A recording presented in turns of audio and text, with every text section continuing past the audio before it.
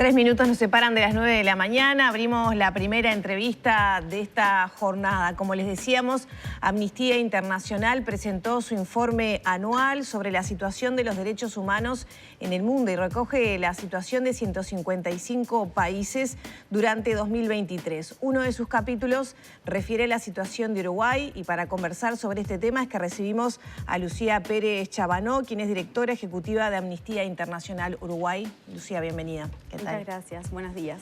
Bueno, ya se conoció a través de la prensa los principales contenidos del informe y su título es Perdimos terreno en derechos humanos. Si tuvieras que destacar, bueno, ¿en qué aspecto de todos los que ustedes analizan hubo más retrocesos? ¿En cuál sería en 2023? Bien, bueno, este informe se presenta en un año particular para nuestro país, es un año electoral, pero también hay algunos desafíos próximos. Ahora el 1 de mayo es la revisión de Uruguay ante el examen periódico universal de las Naciones Unidas. Esto es un ciclo que sucede cada 4 años y medio y son los estados miembros de Naciones Unidas revisando a nuestro país.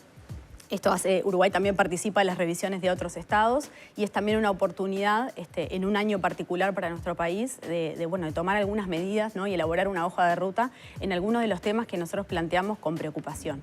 Es cierto, como bien comentaban, que de alguna manera el mensaje de este informe es que Uruguay pierde terreno en materia de derechos humanos. Es cierto también que nuestro país es bien conocido a nivel internacional por apegarse a los estándares en materia de derechos humanos. Esto es algo que nosotros siempre mencionamos, es algo muy positivo, pero eso no implica que Uruguay no tenga desafíos, ¿no? Y ese es el mensaje un poco que queremos trasladar en el informe. Además, porque el objetivo que tiene este informe es dar seguimiento a la situación del país año tras año, ¿no? Del país mirado sobre sí mismo, ¿no? El país mirándose a sí mismo. Porque bueno, hay otras estrategias metodológicas para ver el estado de situación de un país. Nosotros no elaboramos un ranking, por ejemplo, ¿no? Que eso podría permitir la comparación con otros países. Es cierto que cualitativamente uno puede hacer una comparación y se pueden identificar situaciones más graves, menos graves en distintas áreas, pero el propósito de este informe es mirar a Uruguay sobre sí mismo y los propios avances que hace, los retrocesos y los desafíos.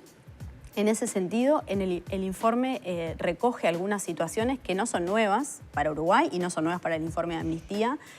Tal vez la más dramática por su característica estructural tenga que ver con la situación del sistema penitenciario en nuestro país. ¿Es ahí donde hubo un retroceso? Sí, aquí viene sucediendo el retroceso de manera sistemática.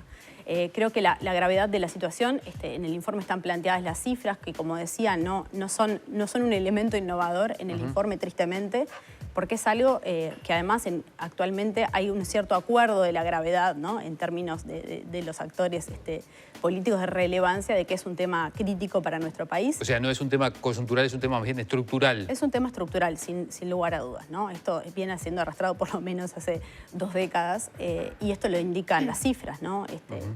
Uruguay se supera a sí mismo en cada informe de Amnistía, cada año, la cantidad de personas privadas de libertad. En el informe los datos que tenemos de la oficina del comisionado parlamentario para el sistema penitenciario son 15.400 personas. Sí, ya se superó esa cifra, ¿no? Exactamente, estoy hablando de los datos al cierre de 2023. Ustedes marcan un crecimiento del 31%, ¿no? 31% de la población carcelaria. ¿Dónde ven las principales dificultades? ¿En el hacinamiento? ¿En las políticas insuficientes de reinserción? ¿En las privadas de libertad femeninas? ¿Dónde está la principal dificultad? En todos lados. El sistema penitenciario está colapsando, ¿no? Y eso me parece que también digamos, el ojo público y también las acciones en términos políticos están dirigidas allí. Obviamente que el sistema penitenciario es un aspecto de un problema más grande que tiene que ver con la seguridad pública, pero es un aspecto muy importante que tiene que ser atendido. ¿Habría que rever las penas en materia de legislación, por ejemplo? Bueno, en el caso de las mujeres privadas de libertad, que es un apartado que maneja el informe de Amnistía, ya hace 2 años, aquí se nota un incremento en la cantidad de mujeres privadas de libertad, sobre todo debido a un aumento de penas, ¿no? Por los delitos de estupefacientes, ¿no? De ingreso de estupefacientes al sistema penitenciario. Esto había sido marcado oportunamente cuando se estaba discutiendo la ley de urgente consideración y bueno, esto no se tuvo en cuenta, pero hay un reconocimiento de que esto ha sido un problema, no solamente por el aumento de la cantidad de mujeres privadas de libertad, sino todos los efectos que eso tiene Por ejemplo, que tenemos cifras también récord de niños y niñas menores de 4 años dentro del sistema penitenciario con sus madres y los niños, niñas y adolescentes que quedan fuera del sistema penitenciario por un tema de edad, pero que de alguna forma no están con su referente adulta. Ahora, Lucía, el gobierno nos dice que hace un trabajo o intenta hacer un trabajo en rehabilitación con la DINALE, con el MIDES. ¿Eso no es suficiente o no queda constatado en el informe? Eso es una buena señal. Ahí lo que planteamos es que el sistema penitenciario está en un colapso general, ¿no? Que tiene que ver por la cantidad de personas, por las condiciones en las que están esas personas y las posibilidades que tienen o que no tienen de reinserción social, ¿no? Porque el sistema penitenciario sabemos que tiene al menos 2 funciones, una que tiene que ver con la sanción de quienes cometen delitos y por otro lado la reinserción, ¿no? Porque esta idea de que bueno, solamente lo solucionamos el tema de los delitos encerrando a las personas, bueno, eso es una medida que tiene cortoplacista, digamos, ¿no? En el sentido social. Porque ahí tenemos que considerar también otras dimensiones y que están siendo claras y que son reconocidas por las autoridades, otras sinergias y dinámicas que suceden con otros fenómenos que tienen que ver, por ejemplo, con la situación de calle, ¿no? Y el vínculo que hay entre la situación de calle, el sistema penitenciario, y parte de esas medidas intentan atender ese vínculo, ¿no? Cortar con esa Ahora, Lucía, dinámica de retroalimentación. En base a lo que te consultaba Alfredo, por las políticas que empiezan a implementarse por parte de este gobierno, ¿es la línea que viene recomendando desde hace un tiempo Amnistía Internacional, que como se empezó a aplicar a principios de este año, va a costar un poco que todavía eso se pueda visualizar en el impacto social que tenga? Sin duda, por la magnitud del asunto, del problema que estamos hablando, que es un problema estructural que tiene muchas dimensiones que tienen que ser conectadas, difícilmente veas una solución de un día para el otro. Claro. Eso no es Pero posible. es la línea que recomienda Amnistía. De alguna manera es lo que estamos planteando, y que esto viene siendo planteado en esta administración, en administraciones anteriores, es que se requiere de un plan, de una hoja de ruta que contemple medidas, ¿no? De corto plazo, de mediano plazo y largo plazo, sobre todo para imaginar, bueno, qué sistema penitenciario quiere tener Uruguay y cómo está pensando un asunto más amplio que tiene que ver con la seguridad pública. Nosotros estuvimos, mencionaba la revisión que va a tener Uruguay ahora el 1 de mayo, el examen periódico universal, porque es un hito muy importante para el país.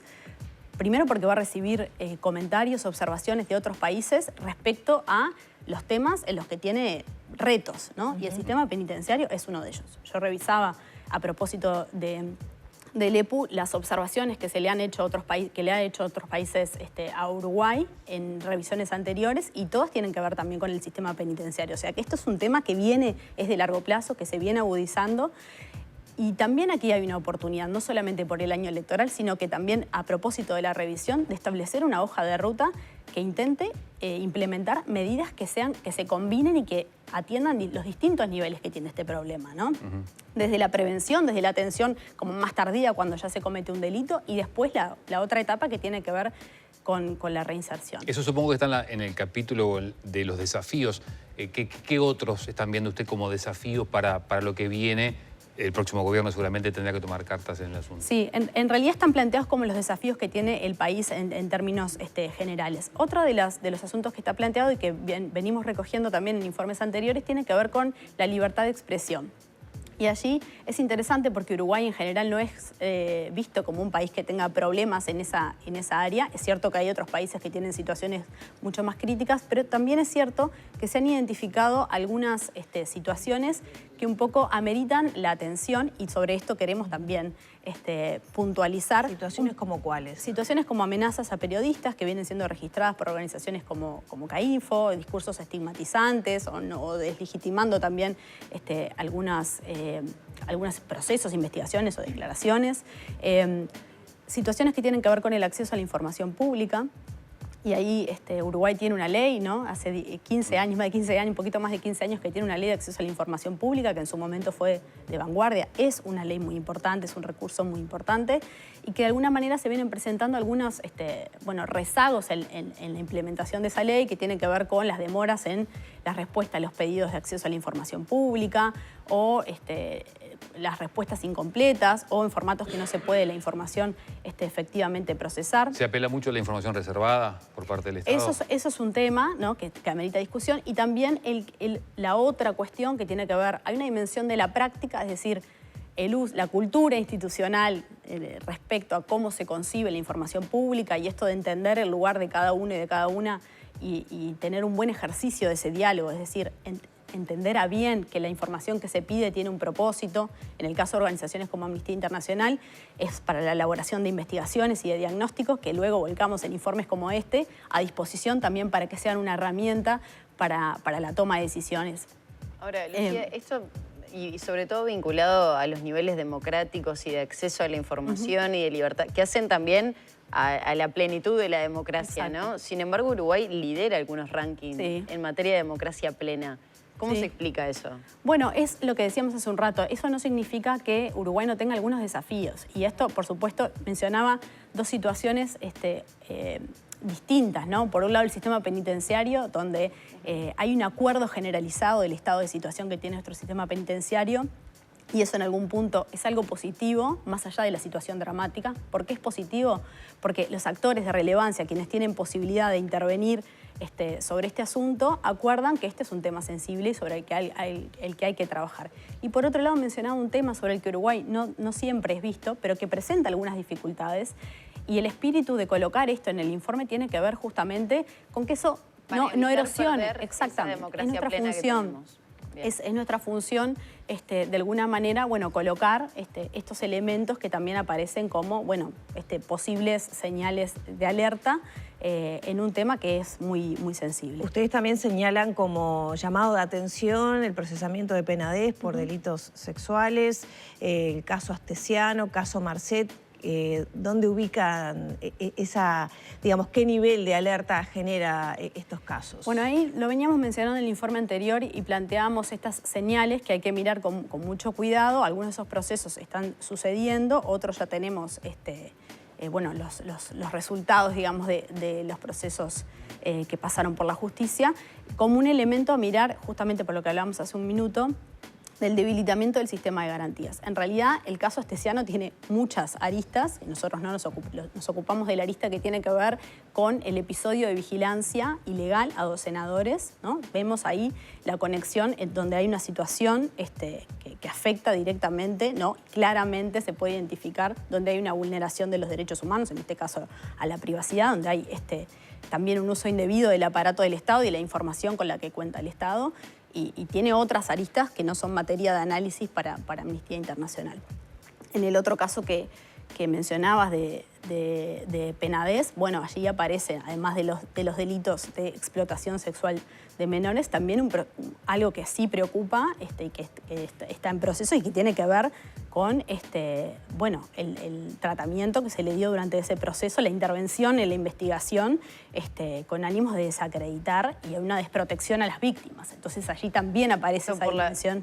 Por cómo aparece Taró con esa trama. Exactamente, ¿no? Por también funcionarios policiales en este caso, haciendo una intervención directa en un proceso de investigación. Entonces, es cierto que estos elementos hay que, y así en ese tono están planteados en el informe. O sea, ¿esto marca un deterioro o era una práctica, el uso del aparato del Estado para ciertos intereses que ya se había detectado en otros años? Marca, si pudiéramos hablar de la evolución, ¿qué dice? Bueno, en los últimos años nosotros venimos marcando estas señales de alerta y sí creemos que este es un momento de hablar, que hay algunas señales también de pérdida de terreno en materia de derechos humanos, pero también es cierto que Uruguay tiene los recursos, digamos, y con voluntad también podría mejorar sus condiciones en algunas de estas áreas. Sin duda lo que planteamos del sistema penitenciario, nosotros tenemos una apuesta grande y por eso también participamos activamente del proceso de revisión de Naciones Unidas en febrero a propósito de la precesión, trabajando con la delegación de Uruguay, la misión permanente, con la Cancillería acá, con las delegaciones de los países en Ginebra, con las delegaciones de los países aquí en Uruguay, intentando también que las recomendaciones que le hagan a nuestro país le sirvan a Uruguay para elaborar una hoja de ruta sobre los temas sensibles, para llevar adelante acciones que permitan, al final de cuentas, tener una mejora en la vida de las personas. Lucía, ¿qué pasa con la desigualdad de género? Y esto atraviesa incluso a las infancias, las adolescencias, respecto a explotación sexual, trata. ¿Qué es lo que analiza Amnistía en este año concreto? Bien, en este año nosotros venimos trabajando sobre esta dimensión y hemos intercambiado en otras oportunidades también, concretamente sobre una campaña que tenemos que es Niñas No Madres, que mira el embarazo infantil y siempre decimos que es como la punta del iceberg. Para nosotros ha sido la posibilidad este tema de mirar cómo se conectan otras dimensiones y otras vulneraciones de derechos en el caso de las niñas en particular en la situación de embarazo infantil en menores de 15 años, pero que también cuando uno profundiza en el análisis de esos datos, vemos un panorama bastante más sombrío para las infancias en general, las adolescencias, que tiene que ver con la dimensión de pobreza, las desigualdades socioeconómicas, las desigualdades más estructurales y que combinan una serie de vulneraciones que dejan a esas niños, niñas y adolescentes y también a las mujeres, que muchas veces son las responsables de esos hogares, en situaciones de mucha precariedad. Hace unos días, CIPIAB difundió su nuevo informe que recoge los datos 2023 y las cifras siguen siendo terribles, ¿no? Seguimos aumentando la cantidad de situaciones que atiende el CIPIAB, casi en un 10% para el año pasado. Siempre decimos que esto puede tener que ver también con una mejora de la herramienta, ¿no? La posibilidad del sistema de capturar mejor las situaciones, sin duda, y eso es algo muy positivo, pero también nos está hablando de una realidad bastante sombría en ese sentido. Y los delitos, las situaciones de violencia sexual en niños, niñas y adolescentes siguen rondando, varían un poco año tras año, pero entre el 22 y el 23%. Y bueno, ese es el nudo crítico también de nuestra campaña sobre embarazo infantil. Lucía, el informe es mucho más amplio y profundo, pero ¿qué valoración tienen ustedes de la incidencia real que tiene en las políticas de Estado? ¿Realmente se toma en cuenta por parte del sistema político estas recomendaciones? Porque algunos de los temas que mencionamos son estructurales, ¿no? Sí, bueno, debería tomarse en cuenta, esa es la vocación del informe. Y eso tiene distintos impactos o distintas incidencias según el tema. Sobre este último que veníamos trabajando y específicamente en nuestra campaña sobre niñas no madres, en realidad siempre lo traemos a colación porque es un ejemplo de una buena práctica, de un círculo virtuoso en el intercambio entre la sociedad civil también y el Estado y que tiene que ver con el acceso a la información pública. Porque en el caso del embarazo infantil y del seguimiento sobre los embarazos en niñas y adolescentes menores de 15 años, desde 2021 se desarrolló un sistema de notificación para los embarazos infantiles, es decir, antes, y nosotros mismos en nuestros informes trabajábamos con los datos de estadísticas vitales del Ministerio de Salud y por otro lado con los datos del CIPIAB, pero no teníamos el dato, no era la misma fuente de información, la trazabilidad, digamos, ¿no? De este embarazo corresponde a esta situación de violencia o de abuso sexual. Bueno, a partir de los intercambios y luego de ya 3 informes de Amnistía Internacional y con un diálogo virtuoso también en ese sentido, se desarrolla un sistema de notificación que hoy nos permite saber que de los embarazos que empieza a registrar el sistema de notificación, el 50% son producto de abuso sexual y hay un 16% que no se pudo determinar. O sea que la probabilidad de que sea también situaciones de abuso sexual es bastante alta. Eso me parece que es un buen ejemplo, por supuesto que no es la línea de llegada, pero es un buen ejemplo porque también para atender las situaciones es necesario conocer bien en detalle cómo se da el fenómeno y en ese sentido la generación de información es una cuestión muy importante, es vertebral para atender cualquier situación y más de esta sensibilidad que tiene muchas aristas. Entonces creo que ese es un buen ejemplo también que demuestra el trabajo y por qué la insistencia y la conexión de agendas, por qué Amnistía pide el acceso a la información pública, porque si se entiende bien el rol de la sociedad civil y efectivamente se genera un diálogo virtuoso con una institución del Estado, bueno, esto puede generar incluso la curiosidad de decir, bueno, acá hay un dato que nos está faltando y que lo necesitamos para atender esta situación. Ese ejemplo creo que es bastante elocuente del por qué hacemos este informe. Lucía, muchas gracias. Muchas gracias por estos minutos.